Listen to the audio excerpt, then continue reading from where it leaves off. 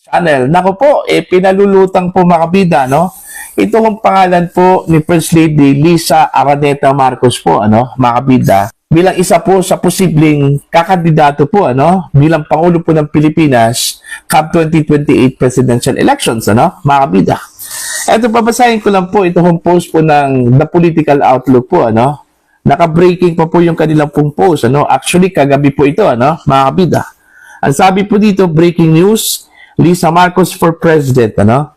Ayon kay Secretary Tony Srilles, kabilang si First Lady Lisa Araneta Marcos sa mga pinakakwalipikadong maaring maging susunod na Pangulo ng bansa. Anya, kumpara sa iba pang posibleng kakandidato, taglay ni Araneta Marcos ang sapat na kakayahan at karanasan upang pamunuan ang bansa sa hinaharap.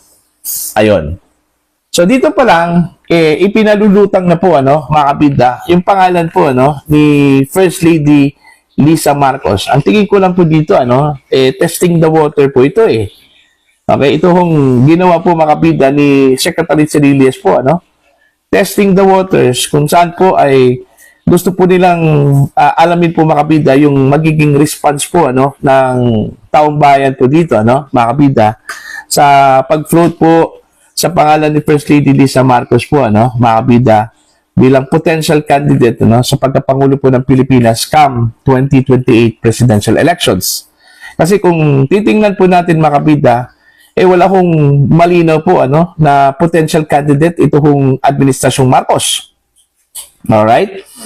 Meron man po yung inilutang na pangalan, ano, pangalan po ni Secretary John Vic Rimulya, pero pagdating ho sa mga surveys po, mga kabida, kulelat Hindi nga umabot po sa 1% po yung marka po, mga kabida, no, ni John Vic Rimulya sa mga nagdaang presidential preference survey po, ano, mga kabida.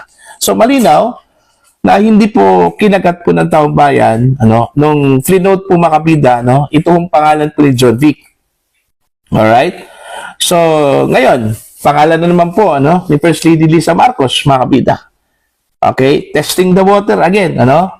Okay, gusto ho nilang malaman kung ano po ang magiging response po, ano, ng taong bayan ho dito sa pag-float po, mga kabida, sa pangalan po ni First Lady Lisa Marcos, ano. Ang naintindihan ko lang po, mga kabida, dito ho sa Marcos administration, kasi palagi kasing kinokonek, ano, mga kabida, yung ibang mga kandidato, ano, sa Marcos admin, like kagaya na lang po ni Senator Risa Hontiveros, ano, mga kabida, Bam Aquino, Leni Robredo, na keso magkakaroon daw ng coalition po, ano, mga kabida, okay, sa pagitan po ng kampo po ng mga Pinklawan, Liberal Party, ano, ito hong akbayan dito ho sa Marcos administration. Kasi ipinalulutang yan one time, ano, mga kabida, ni Senator Risa Hontiveros na posible hong magkaroon po ng alliance, ano, itong genuine opposition, kasi tinatawag po nila yung kanilang sarili po, ano, na genuine opposition po, mga kabida, okay, sa Marcos administration, ano, okay. Pero siguro napag-isip-isip po, mga kabida, ng Administrasyong Marcos na mas mainam po na nanggaling po sa kanilang hanay po, ano, yung magiging kandidato po, mga kabida, sa susunod na eleksyon, ano, dahil mahirap pong kalabanin po, no, si Sara Duterte, mga kabida. Posibleng iniiwasan po nila, no, yung posibleng Sara Duterte presidency.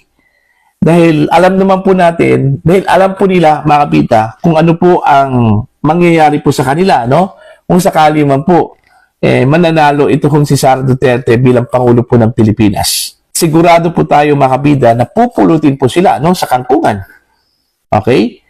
Hindi naman po siguro sa walang kibo na lang po, ano, ang Vice Presidente po, mga kabida, sa kanilang ginagawa, okay, laban mo sa kanya ngayon, okay, kung saan po ay pinipersecute po siya, mga kabida, ano po.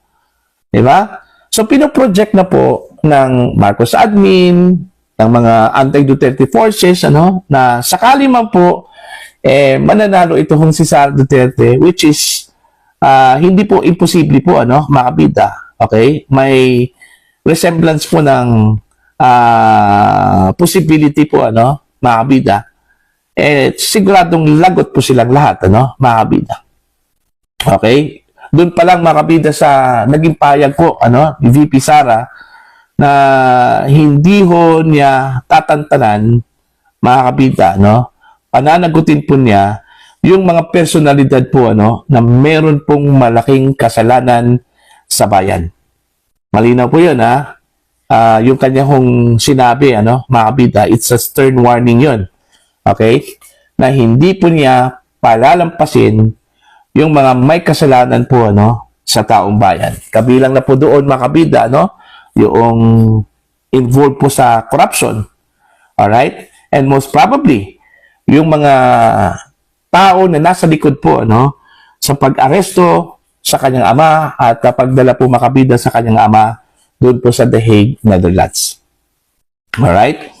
So, siguro ngayon, nag-aalangan na po, ano, ito pong mga personalidad na ito. Ano kayang gagawin po nila, ano? Sakali man po, kung si Sara Duterte po ang mananalo bilang Pangulo po ng Pilipinas, ano, mga kabida. Kaya, sa panig po ng administrasyon, naintindihan ko po, mga kabida, no, na gusto mo nilang ipalutang po, ano, yung pangalan po ng kanilang potential candidate para at least man lang malaman po nila kung kagat ba ito, ano, sa taong bayan, mga kabida, no? Okay? Yung pangalan ni John Vic, duda po ako doon na sinadya yun, ano, mga kabida, na ipalutang, ano, just to test the water. Okay? Kumbaga, itatry po nila, mga kabida, i-package itong si John Vic, ano, sa mga Pilipino. Kaso lang po, hindi po kinagat, eh. Alright? Hindi po kinagat. Kumbaga, wala hong magandang outcome po, ano, yung kanilang paglutang po, mga kabida, sa pangalan po ni John Vic.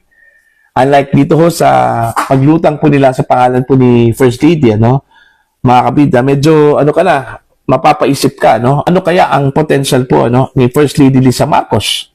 Alam naman po natin, mga kabida, na mayroon pong controversy po, ano, ito hong si First Lady, ano po. Okay? Kumbaga, ang controversy po ni Pangulong Ferdinand Bongbong Marcos, kakibat po, mga kabida, no? Ito hong kontrobersiya po ni First Lady, ano? O ano man po yung controversial issue po against the President, like yung gumagamit po siya ng illegal na droga, no? Ganun din po yung kontrobersiya po na kinakaharap po, ano, mga kabida, ni First Lady Lisa Marcos, ano, mga kabida.